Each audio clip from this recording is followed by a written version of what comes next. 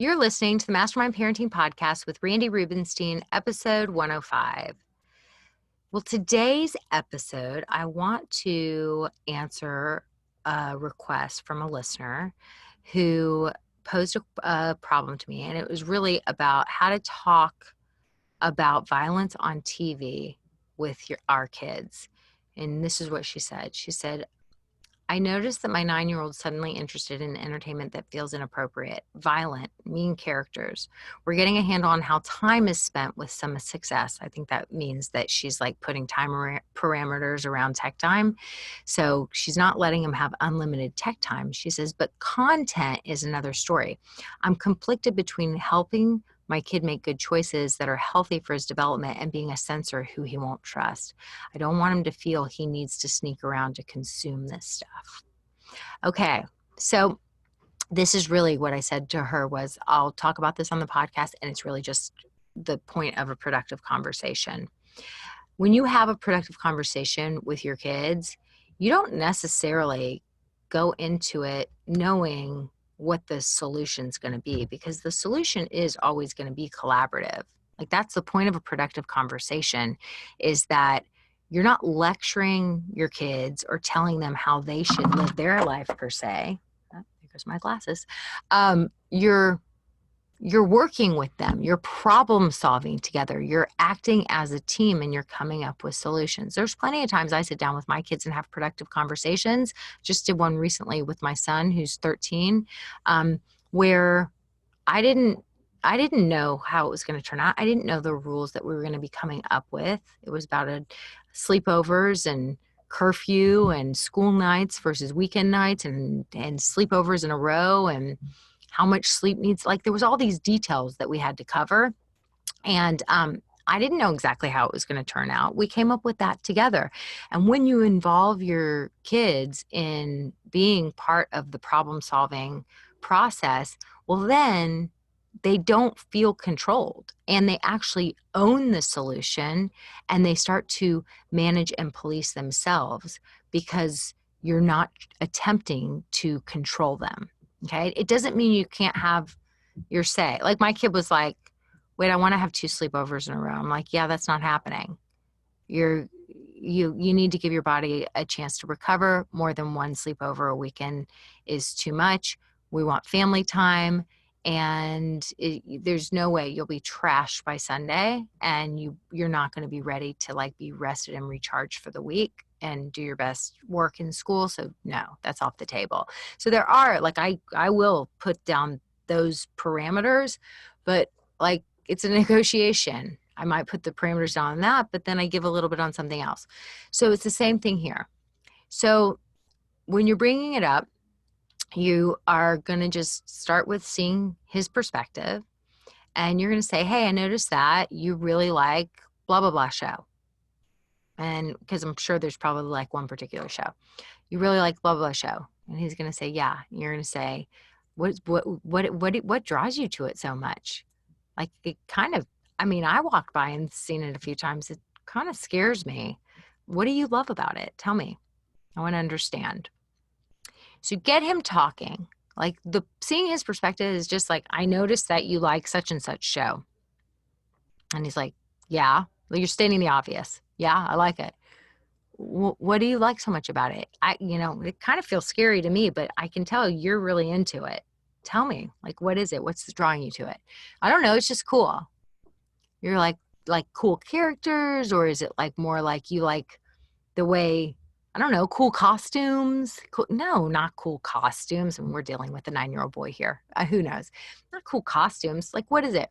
I don't know. I just like it.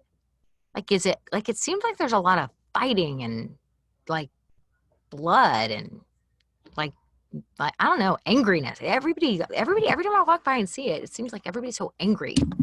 And he's like, yeah, I like when they fight. And you're like, is it that it's like the good guy? You want the good guys? Are you rooting for the good guys over the evil guys? Like, tell me more. Dig in, get curious, find out what it is that he's liking so much. Okay. Find out what's drawing him to it. And once you hear what it is, you just reflect back whatever. Oh, so you think So so-and-so's your favorite character. He's cool. Yeah, he's hilarious. Like what? I don't know, mom. Just you got to see his personality. He's hilarious. What about the fighting stuff? Do you like all that fighting stuff? No, it's kind of scary. You're like, yeah, that's what I was thinking. So you love his personality, but the fighting parts are kind of scary. Yeah. And you're like, okay, that, yeah, all right, that makes sense. Yeah. I have shows like that that sometimes are a little more, whatever, risque than I like, or, but I fall in love with a character. And so I'm willing to put up with the junky stuff because I love a character so much. Find out what it is. You can't know until you extract it from them, and you got to get curious. And when you move into the problem solving part, that's when you're like, okay, so I'll tell you. So I have some because even though I know you're a peaceful dude, even though I know you're not going to like see something on TV and then all of a sudden like go and, smack your friends in a rage because you learned something on TV. I also know that TV and violence and all those stuff, all that, all that, even violent language and songs, it does get into your brain. And so, like right now, I'm just thinking, like, I want you to be able to watch things where you can relax and you enjoy, and especially with your favorite characters. But I also don't want all this violence getting into your brain, because I think that that's not healthy either.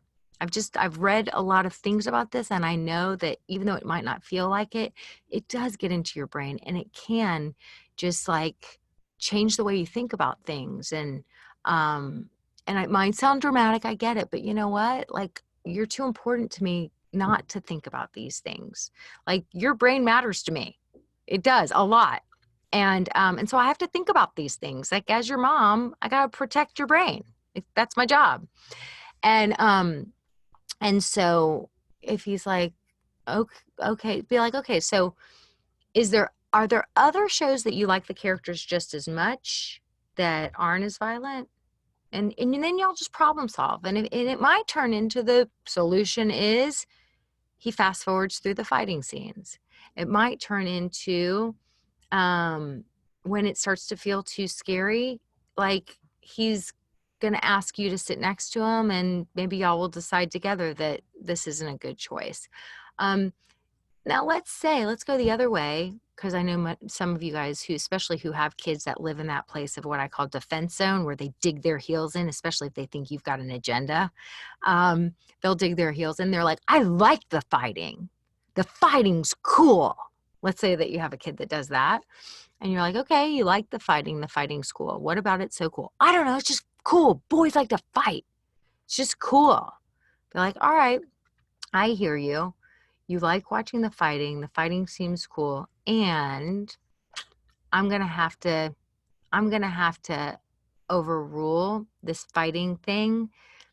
Doesn't feel healthy to me to have all this violence and fighting like as part of what you're doing to chill out and relax. It doesn't feel very relaxing to me. It doesn't feel healthy.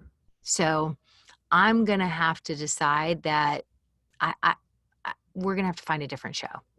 This show is not working for me. It doesn't feel good. I don't like this focus on the fighting. The fighting is cool.